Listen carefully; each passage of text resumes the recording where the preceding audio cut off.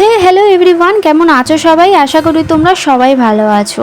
লক্ষ্মী পুজো চলে গেছে প্রায় 2 সপ্তাহের কাছাকাছি, আর সবে তোমাদের সাথে লক্ষ্মী পুজোর ভিডিওটা শেয়ার করছি। তাহলে বুঝতেই পারছো আমি কতটা কুঁড়ে। হ্যাঁ জানি, এইটাই ভাবছো তাই না? কিন্তু আমার জায়গায় তোমরা যদি থাকতে তোমরা হয়তো এরকম করতে। বাইরের কাজ ঘরের কাজ সামলে আবারও এই ভিডিও এডিট করা, ছাড়ো বাদ দাও। এই দেখো কি সুন্দর আলপনা করেছি না? না না, আমি করিনি, বোন করেছে। সামনে এই আলপনা করা, এই যে ঠাকুরের স্থানে কাগজ পাতা, সবই বোন করেছে। নতুন করে আবারও ঠাকুরের স্থানে নতুন কাগজ পাততে হলো, তার কারণ ওই যে বৃষ্টিতে পুরো আগের কাগজগুলো নষ্ট হয়ে গেছিলো। পুজোর আগেই কিন্তু কাগজ পেতেছিলাম, তোমাদের সাথে সেই ভিডিওটাও শেয়ার করেছিলাম।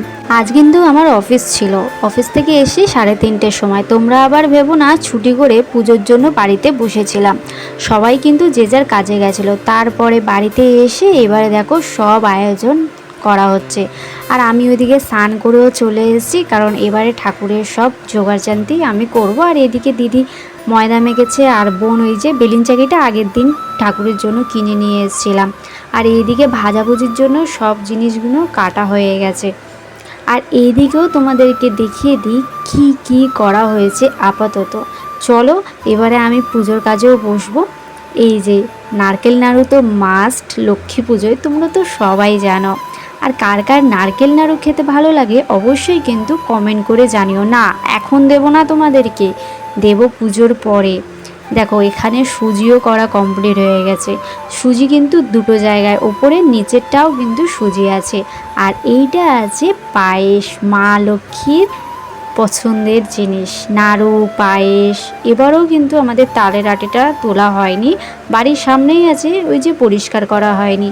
আর আমি এই যে মাথায় একদম শ্যাম্পু দিয়ে পুরো স্নান করে চলে এসেছি। সকাল থেকে না খেয়েই আছে, কিন্তু কোনো কিছু খাইনি, মাও না খেয়ে আছে। আমি কিন্তু প্রত্যেক বছর নতুন নতুন শাড়ি পরি। গত বছর একটা লাল তাঁতের শাড়ি পরেছিলাম, এবছরও কিন্তু একটা লাল তাঁতের শাড়ি পরবো। তো চলো শাড়ি পরার আগে একটু ফল কাটাকুটি করে নিই, কারণ শাড়ি পরে না এই কাটাকুটি করা যায় না। তো এখন আমি ফল কাটাকুটি করছি, আর ওইদিকে দিদি লেচি কাটছে, আর বোন বেলছে, আর মা ওইদিকে ভাজাভুজি করছে। আর আমি এইদিকে লাল টুকটুকে বউ হয়ে গেছি। আমাকে কেমন লাগছে অবশ্যই কিন্তু কমেন্ট করে জানিও। আমি কিন্তু একদম সিম্পল সেজেছি।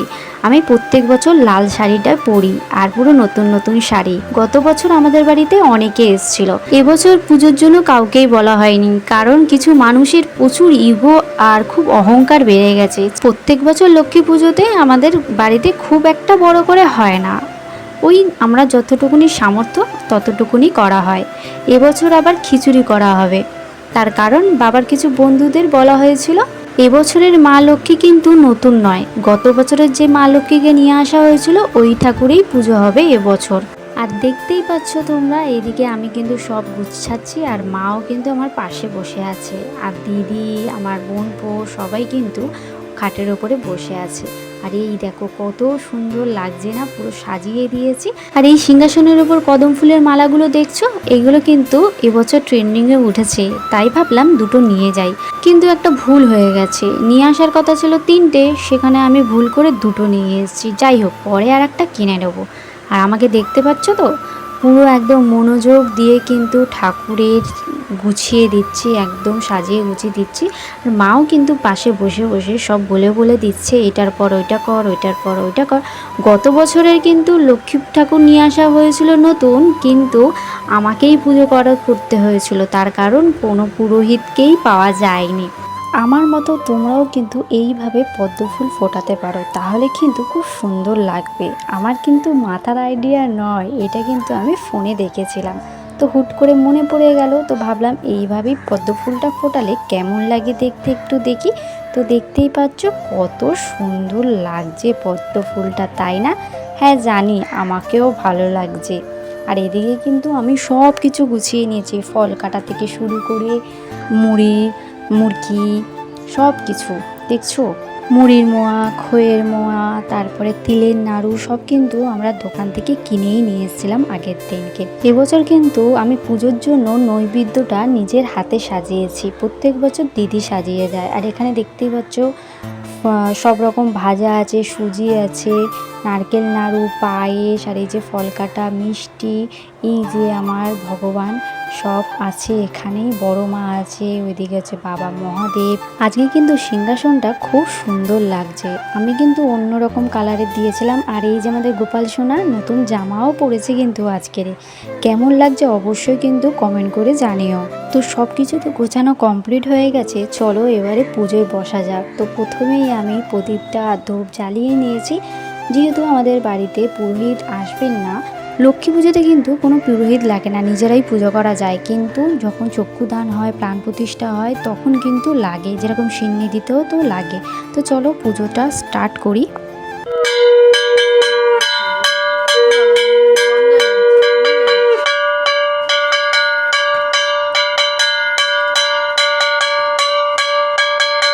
তো এখানে কিন্তু আমি পুজো শুরু করে দিয়েছি। আর আজকের ক্যামেরা ধরেছে কিন্তু কিছুটা দিদি, কিছুটা বোন। আর এই যে বোন ক্যামেরা করছে, দেখো ফ্ল্যাশ লাইটটা জ্বালাইনি বলে পুরো অন্ধকার অন্ধকার লাগছে। তোমরা হয়তো ভাবছো ঘরের লাইট নেই নাকি রে বাবা, পুরো অন্ধকার অন্ধকার।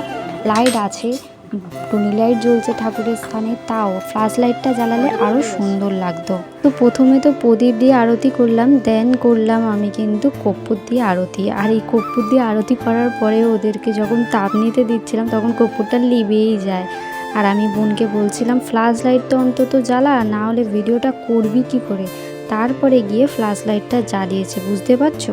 সংসার মজায় দিবা ভাগে নিদ্রা যায় মনে অহংকার, আলস্যে কলহে মিথ্যা ঘিরিছে সংসার, না দেয় প্রদীপ তারা প্রতি সন্ধ্যাকালে, সতীর সিঁদুর শোভা নাহি দেয় ভালে, উচ্চ হাসি কটু কথা কয়ে নারী ঘন, সন্ধ্যাকালে থাকে তারা নিদ্রায় মগন, প্রাতকালে নাহি দেয় গোবরের ছড়া, ঘৃণা নাহি করে তারা বাসি বস্ত্র পরা, দয়া মায়া লজ্জা সব দিয়া বিসর্জন, ইচ্ছা মতো যথাতথা করিছে গমন, স্বামীর আত্মীয় গণে করে না আদর, থাকিবারে চায় সদা হয়ে স্বতন্ত্র, শ্বশুর শাশুড়ি গণে নয় ভক্তিমতী, কটুবাক্য বলে সদা তাহাদের প্রতি, দেবর ননদে তারা না করে আদর, মনে মনে তাহাদের সদাভাবে পর, লজ্জা আদি গুণ যত নারীর।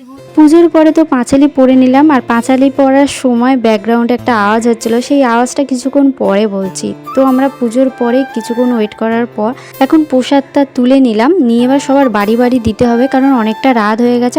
আর আমি এদিকে কিন্তু বসে আছি প্রসাদ ভাগ করব বলে, শুধু আমি নয়, দিদি মা সবাই মিলে।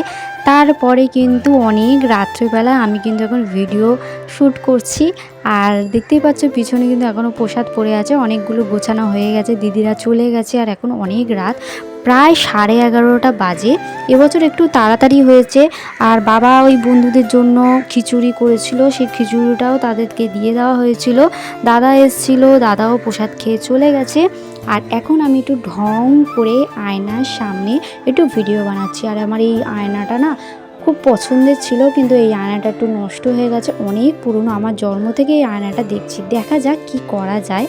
যাই হোক, তারপরে অনেক রাত, এখন প্রায় 12:30টার কাছাকাছি।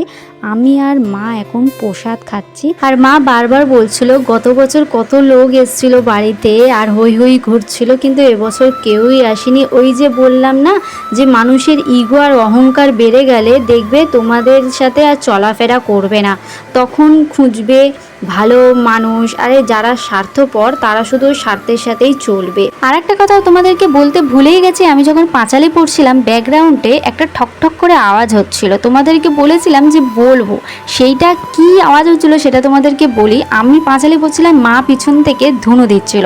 এবার ধুনোগুলো গোটা গোটা ছিল বলে ওইটাই ভাঙার চেষ্টা করছিল ঠক ঠক ঠক ঠক করে। আর আমি 14 বার হাত নাড়িয়ে নাড়িয়ে বলছিলাম চুপ করো চুপ করো, কিন্তু কে কার কথা শুনে।